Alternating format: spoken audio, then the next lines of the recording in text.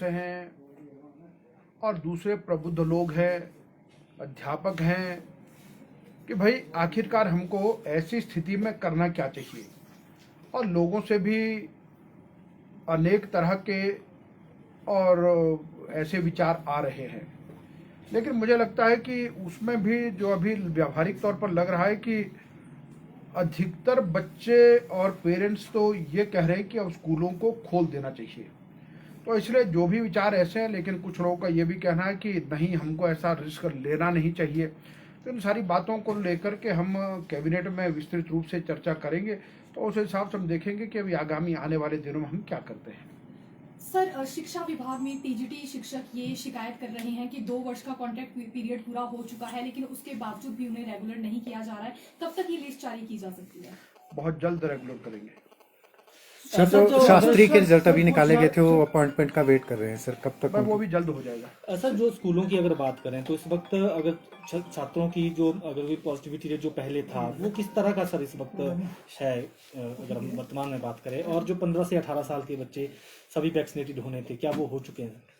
15 से 18 साल के बच्चे लगभग हमारे 100% हो गए हैं, और इसलिए उनका वैक्सीनेशन का अब तो उसके आगे की बात है। तो इसलिए वैक्सीनेशन में तो हिमाचल के मुख्यमंत्री जयराम ठाकुर जी के नेतृत्व में हिमाचल प्रदेश ने बहुत बढ़िया काम किया है। यानी फर्स्ट डोज में हम देश भर में पहले स्थान पर रहे हैं, दूसरी डोज लगाने वाले भी हम देश भर में अव्वल दर्जे पर रहे हैं, और 15 से 18 साल तक भी जो वैक्सीनेशन का जो काम होना है तो उस पर भी यानी बहुत अच्छी प्रकार से हिमाचल प्रदेश ने अपना काम को पूर्ण किया है।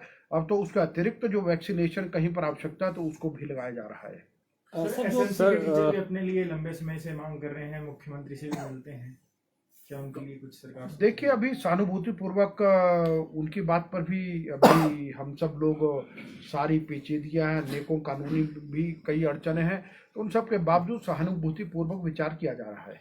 सर, ये देखा जा रहा है बहुत सारे राज्यों में स्कूल कॉलेज खोले जा रहे हैं। दिल्ली में भी अब संभावना है, हरियाणा में संभावना है कि 1 फरवरी से खुलेंगे। तो यहाँ पर क्या विभाग की तरफ से कोई ऐसा सुझाव दिया गया कि स्कूल खुलने चाहिए? क्योंकि बहुत सारे लोग, लेकिन मैंने कहा कि हम सारी चर्चा भी कर रहे हैं और आज भी हम अपने अधिकारियों के साथ भी बैठे हैं। तो अब ये कि जो भी हमारा प्रस्ताव होगा उस प्रस्ताव पर कैबिनेट में चर्चा करेंगे, और कैबिनेट में बाकी सब कैबिनेट पुलिस की भी जो बात आएगी तो सबके साथ जो मिलजुल कर निर्णय करेंगे तो उसमें उचित निर्णय करेंगे। सर, जो प्राइवेट स्कूल फीस है, एग्जाम हैं वो समय सीमा पर ही होंगे। जिस प्रकार से लगातार स्कूल बंद है, बच्चों को टॉपिक क्लियर नहीं हो पा रहे हैं। और दूसरा सर सवाल है, कोचिंग सेंटर्स बंद रखे गए हैं और पेरेंट्स डिमांड कर रहे हैं कि बच्चे पढ़ नहीं रहे हैं और ट्यूशन सेंटर भेजें तो ट्यूशन सेंटर भी बंद किए हैं। क्या राज्य सरकार विचार कर रही है कि इन बातों पर हम विचार कर रहे हैं। ये सारे के सारे इश्यूज हमारे नोटिस में हैं। बोर्ड के एग्जाम सर? हाँ, देखिए, हमारा प्रयास तो रहे कि बिल्कुल समय रहते होना चाहिए, लेकिन अब ये कोरोना किसी के बस में नहीं है। अब क्या स्थितियां पैदा होती हैं तो ये तो हम उसी समय पर कह सकते हैं, लेकिन हमारा प्रयास तो रहेगा कि सारी चीजें समय पर ही चलनी चाहिए। सर, जो प्राइवेट स्कूल है, यूनिवर्सिटीज बंद है, कॉलेजेस बंद है, क्या इसको भी जब भी अभी कैबिनेट होनी है उसमें चर्चा होगी? क्या जो दूसरे डिपार्टमेंट जैसे हेल्थ डिपार्टमेंट है उससे भी फीडबैक मांगा जाएगा कि किस तरह से क्या फॉर्मेलिटी? देखिए, निश्चित रूप से स्वास्थ्य और शिक्षा का तो बहुत मिला मामला है, और इसीलिए जब हम जब आपदा की स्थिति है तो ऐसे समय में यानी सभी विभागों को आपस में चर्चा करके ही निर्णय करने होते हैं। तो इसलिए स्वास्थ्य विभाग का और जो आपदा प्रबंधन है अथॉरिटी है, उस सब के जो भी सुजेशन है उन सारी बातों को लेकर के हम अपना निर्णय जो फाइनल कर पाएंगे। क्या बड़ी कक्षाएं पहले खोली जाएंगी सर, या सभी छोटे से लेकर? ये सब आपको 31 तारीख को बता देंगे। सर, जो प्राइवेट स्कूल है उनकी फीस रेगुलेशन को लेकर जो नियम बनने थे, लॉ बनना था एक तरह का, क्या बजट सत्र में आएगा सर इसको लेकर, जो पिछले भी बोला गया था कि देखिए, अभी तक हमारे पास और भी बहुत से महत्वपूर्ण चीजें चर्चा में है, तो लेकिन अभी फिलहाल तो मुझे लगता कि नहीं आएगा। सर, शिक्षकों के काफी मसले हैं, वो हाई पावर कमेटी की डिमांड कर रहे हैं। क्या ऐसी बैठक जो है वो आगामी समय में हो सकती है? हाँ, आगामी समय में जल्द उस हाई पावर कमेटी की मीटिंग को करेंगे। ठीक है सर, प्रदेश में 90 के करीब असिस्टेंट प्रोफेसर हैं जिन्होंने 3 वर्ष का कार्यकाल भी अनुबंध का पूर्ण कर लिया, फिर भी अभी रेगुलर नहीं किया गया है। क्या सरकार के ध्यान में ये? देखिए, बिल्कुल निश्चित रूप से सरकार के विचाराधीन है विषय। सर, कितना समय लगेगा उनकी रेगुलराइजेशन? अभी समय सीमा तो नहीं कह सकता, लेकिन एक हम उन सब पर काम प्रारंभ किया है। ठीक है सर। और दूसरा, मैं आप सभी के समक्ष ये भी कहना चाहूंगा कि 25 जनवरी को सोलन के ऐतिहासिक ठोडो मैदान में हिमाचल प्रदेश के मुख्यमंत्री जी ने अनेक घोषणाएं की हैं, और मैं ये कहूंगा कि वर्तमान समय जब वैश्विक महामारी कोरोना चल रही है, ऐसी विकट स्थिति में भी पूरे प्रदेश में इस बात का विशेष तौर पर ध्यान रखना कि विकास के काम भी लगातार चलते रहने चाहिए, उन पर भी फर्क ना पड़े, और यदि लगता है कि आम जनमानस की और कोई परेशानियां हैं, कोई मांगे हैं, उन सबको भी पूरा करने की कोशिश।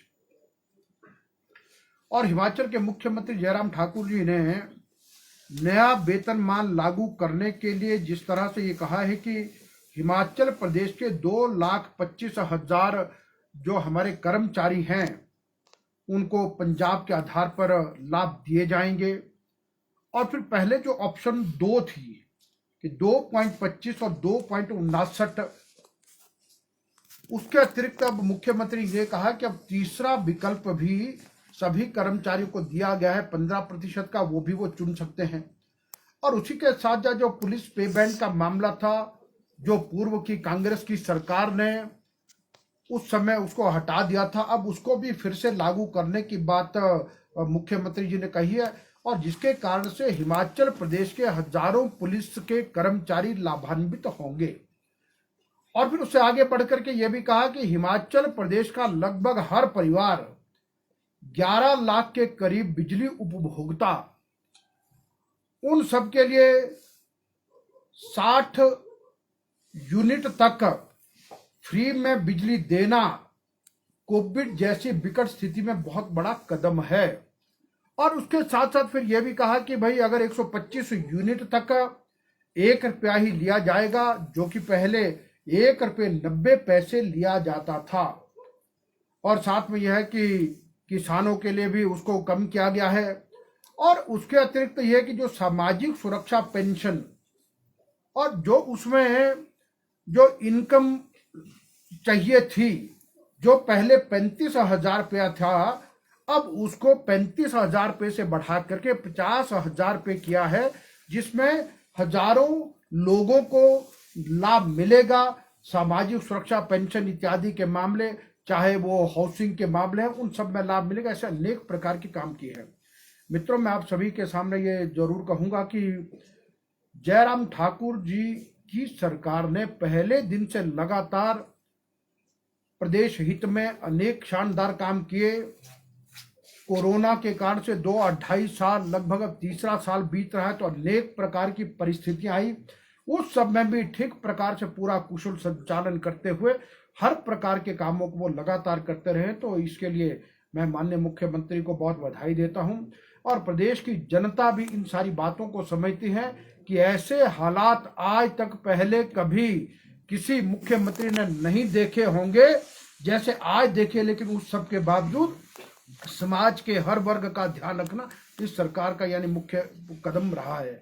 और साथ में अभी मैं ये भी कहूंगा कि हिमाचल प्रदेश में जिस तरह से अभी जो सलापड़ के अंदर जो अवैध शराब का जो एक यानी नेक्सस जो पकड़ा गया है, अब उसमें भी अब हम अपने जो हमारे जो विपक्ष के लोग हैं, कांग्रेस के लोग हैं, उनकी अगर बात करें तो निश्चित रूप से उनका एक व्यक्ति जो डिस्ट्रिक्ट का जनरल सेक्रेटरी थे, उनकी संलिप्तता उसमें पाई गई है। अनेकों लोग गिरफ्तार किए जा रहे हैं। और इसलिए कि ऐसे जितने लोगों को मुझे लगता है कि कांग्रेस के लोग संरक्षण ऐसे लोगों को देते थे, ऐसे सब लोगों को जिस तेजी से अब यानी कि पूरे प्रदेश के अंदर यानी ऐसे लोग पकड़े जा रहे हैं, तो एक बहुत अच्छा कदम है। और ऐसे नशे को और जो अवैध कारोबार करते हैं, इसको जड़ मूल से फेंकना भारतीय जनता पार्टी की सरकार का एक मुख्य काम है। सर, आखिरी सवाल है, एनटीटी भर्तियां होनी है सर, लगभग 4700 नए शिक्षक भरे जाने हैं, इसको लेकर के क्या अपडेट है सर? फरवरी में ये प्रारंभ हो जाएगी। ठीक है, थैंक यू।